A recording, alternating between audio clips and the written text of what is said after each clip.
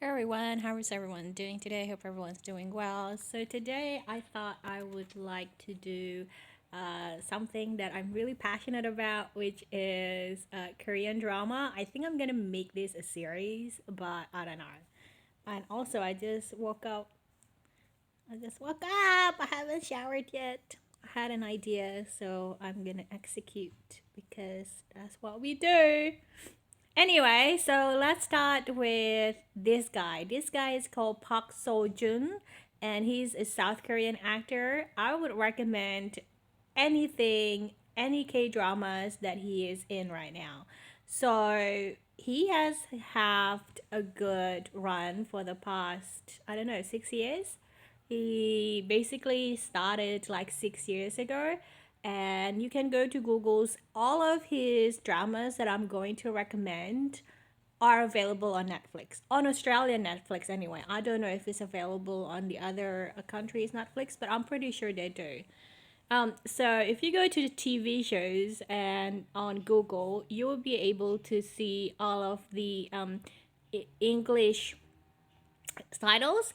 The recent one is Itaewon Class. Itaewon Class is a good underdog story, which is about, how he basically had like a lot of challenges during his childhood and always being bullied by, the rich kid and trying to get the girl, but the girl, his first love, was very, materialistic, and she was also poor, so she had this idea that, if she ended up with him, she would be poor too and struggling. So it's definitely a good, like, underdog story. And he basically he was really patient with his revenge plot. It took him a decade to kind of build himself up, build his business up in part of like Korea that was really tough, really huge competition, and going up against this chaebol, which is conglomerates, like very very rich. Like it's like Korean's version of billionaires. You will hear that a lot. Like chaebol is like it doesn't mean a billionaire, but it literally means like conglomerates. It's like really rich. So you can equate that to like a Korean billionaire type of situation. And second one is what's wrong with Secretary Kim. This is so cool. They are. I think this is from like based on webtoon. So this is really sweet, and they basically are about this really quirky, really rich and perfect kind of guy who's so self-centered and conceited, but because Park Seo Joon plays this character, it's so adorable and it doesn't come across as, as too much. Like he really plays it in a really good and childish way, but adorable. Um, uh, but yeah, this is like an office romance type of thing, and the girl who plays the secretary is really, it's really famous, and I would recommend most of her dramas as well. But we're talking about Park Seo Joon here. Um, and I really like how this developed. You basically seeing like the development of this icy boss. It's very typical of K drama. Icy boss being melted by, a quirky female who doesn't really get affected by his charm, by his money, by his, by his looks, by his perfect persona outside. So it's very fun. It's very cool, and I like in this drama, his family is very supportive of this relationship. So there is no Korean typical drama of like, oh, family, rich family, really, really against, poor girl, um, hooking up with their son. So it's pretty cool. Let's go back to the list of drama. Fight for My Way is probably one of my favorite drama by him, mainly because it's definitely an underdog story, but it's a literal fight for my way. It's a fighting story. It's a sports story. His character is a MMA character. So he's really good at fighting. And what really great about this particular drama is the fact that he is an ensemble. It's about like this four group of people. So it's not only him. There are like three other people that are part of his tight knit people. So it's about these four people that is trying to, youth. They're still in their 20s and still fighting for their way up. It's really difficult. So it's a good 20-year-old something movie and about making your way in the world and how to go about it. And it's cool. It's so cool. So you can check it out here. Fight for My Way. And it's about also like childhood friends. They are it is also like a love story between like two childhood friends who always love each other but always dating other people. But this is like the time where they basically are going to be transition to become from friends to lover. And it's very like funny, and you get to see the awkwardness, the comfortableness, the familiarity. How do you transition from friends to lover, and then to become spouses? So I think it's pretty good. I really like it.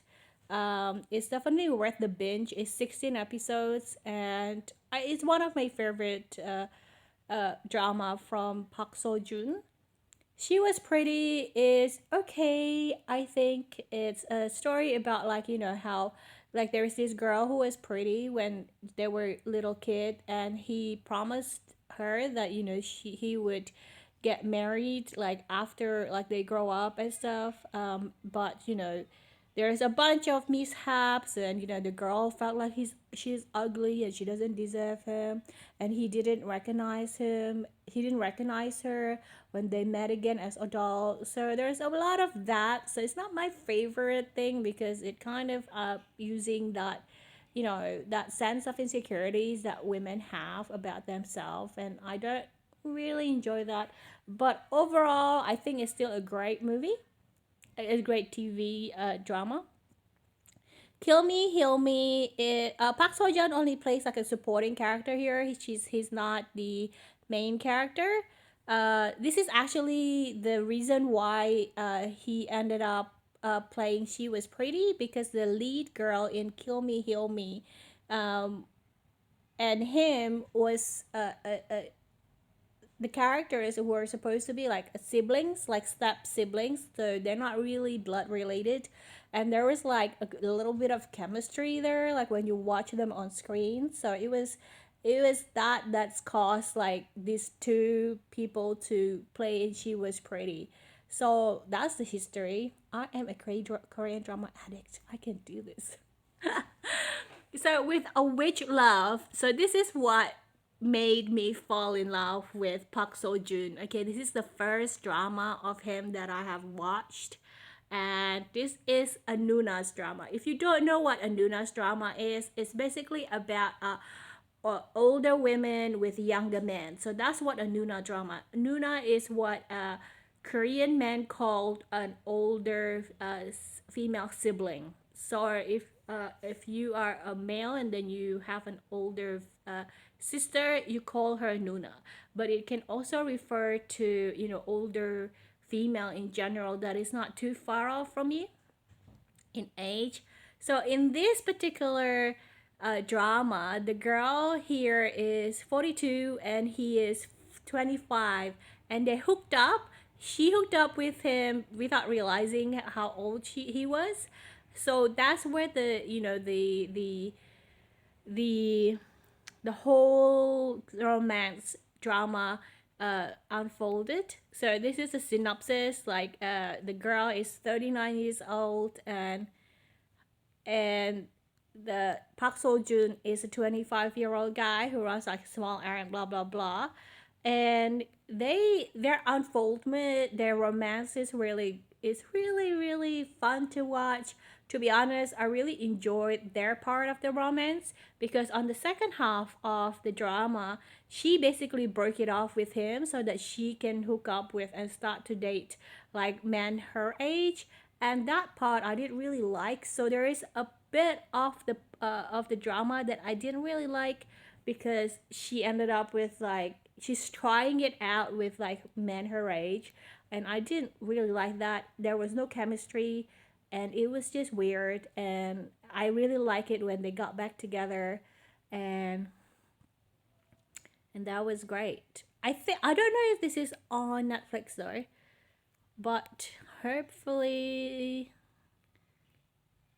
But you know what? Even if it's not on Netflix, there are enough